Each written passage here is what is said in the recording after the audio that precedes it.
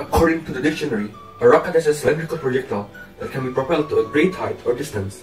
When an object is thrown and projected upwards into the air, that object is called a projectile. A projectile usually travels in a motion called projectile motion, a motion in which a projectile is launched and moves along a curved path, which is more commonly known as a parabola. It does that due to gravity.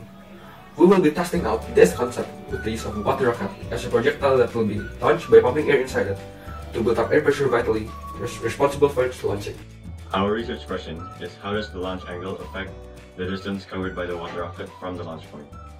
The aim of our experiment is to determine how the launch angle impacts the distance covered by the water rocket measured from the launch point.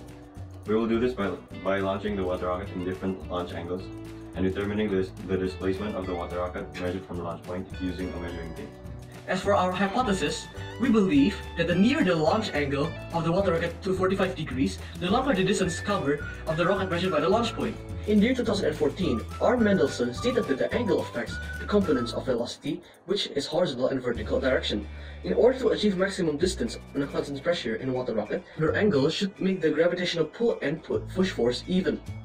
If the angle is too high, the forward push of the rocket won't be as strong because it is transferred to an upward force, thus making the rocket fly higher, but not further.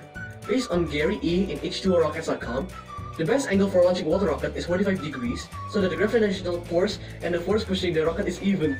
The independent variable in our experiment is the launch angle of the projectile, which we will manipulate by measuring the slope of the PVC pipe in relation to the ground using a protractor. The following independent variable will affect our dependent variable, which is the distance covered by the water rocket from the launch point. For it is manipulated after a change in the angle in the independent variable, the displacement of the water rocket after landing will be measured using a 50-meter measuring tape.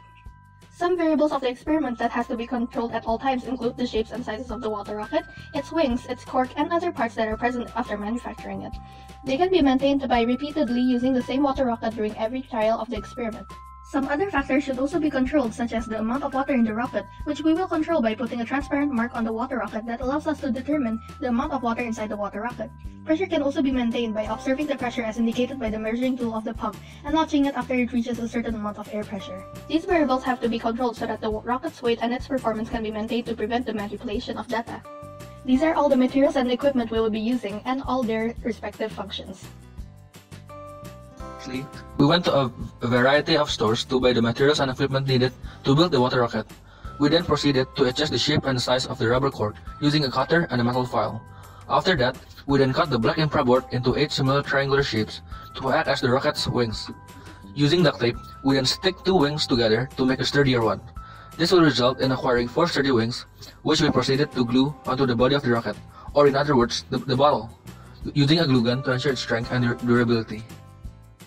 After all previously mentioned parts of the water rocket have been glued on, we then start the decorating process in which we spray painted the whole rocket to create a galaxy-based theme, and to make it seem attractive. We also took the time to spray paint 2 of the wings into white to create a more diverse and spaceship-like look. After waiting for it to dry, we then secured a tennis ball on top of the rocket with duct tape. This will act as the mouth of the water rocket that concentrates most of the rocket's mass. After all necessary parts of the water rocket has been secured in place, after plenty of trials, we were then able to start the actual launching of the water rocket. After we were ready, We then went down to the tennis court on the first day, which is when we successfully tested out the 2 angles. On the second day of launching, we tested all other 3 angles. All of these 5 angles undergo a series of procedures to launch, which includes manually positioning the PVC pipes, which supports the rocket, to determine its launch angle, using a protractor to measure the angles.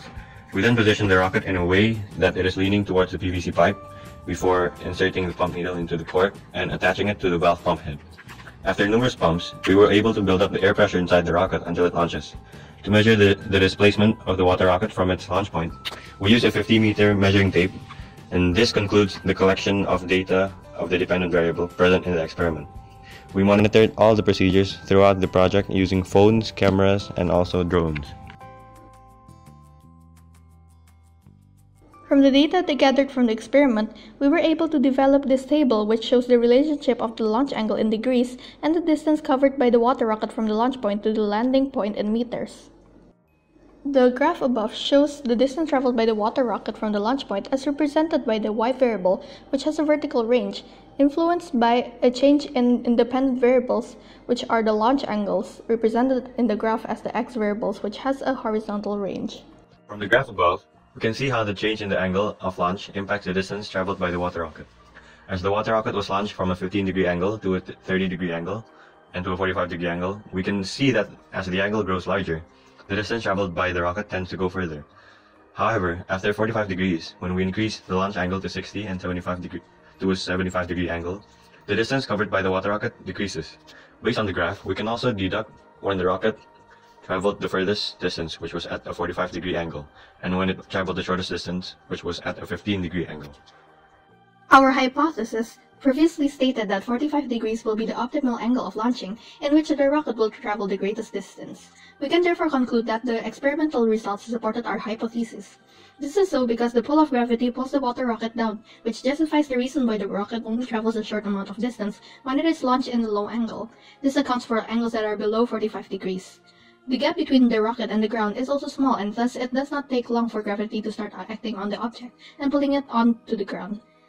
Alternatively, when the rocket is launched at an angle which is larger than 45 degrees, it did not travel as far. This is so as the rocket will tend to travel upwards more than travel forward when projected in a larger angle. A 45-degree angle is thus the best angle to launch our projectile, for it balances the amount of distance traveled upwards by the projectile and the distance traveled forward. Thus, we can conclude the validity of our hypothesis to be consistent with our experimental results. In the experiment, a number of procedures were followed to bring the experiment to succession. In doing the experiment, the method used has its strengths and weaknesses. The strengths of the method used is that it gives relatively accurate results, gives the capability for easy measurement, is easy to manipulate, is easy to calculate, and it does not require exclusive or expensive materials and equipment. However, on the downside, there's a main weakness present in the series of procedures. One main weakness or source of error in the method that might have caused the manipulation of data is that the pressure could not be controlled, as the measurement of the constant buildup of air pressure using the PSI unit could not be thoroughly maintained throughout the experiment, merely through manual pumping. Without the use of exclusive and expensive materials and machinery, some of other factors are also affected because of its flaw in shape, size, durability, and texture. This thus gives a limitation to how everything could be more accurately and precisely measured. To improve the results of the experiment, we can utilize a measuring device to ensure the uniformity of the air pressure that is built up in the water rocket. By using a measuring device, even when manually pumped, the air pressure can be maintained within all trials when the rocket is launched. This will develop more accurate results and prevent the further manipulation of data.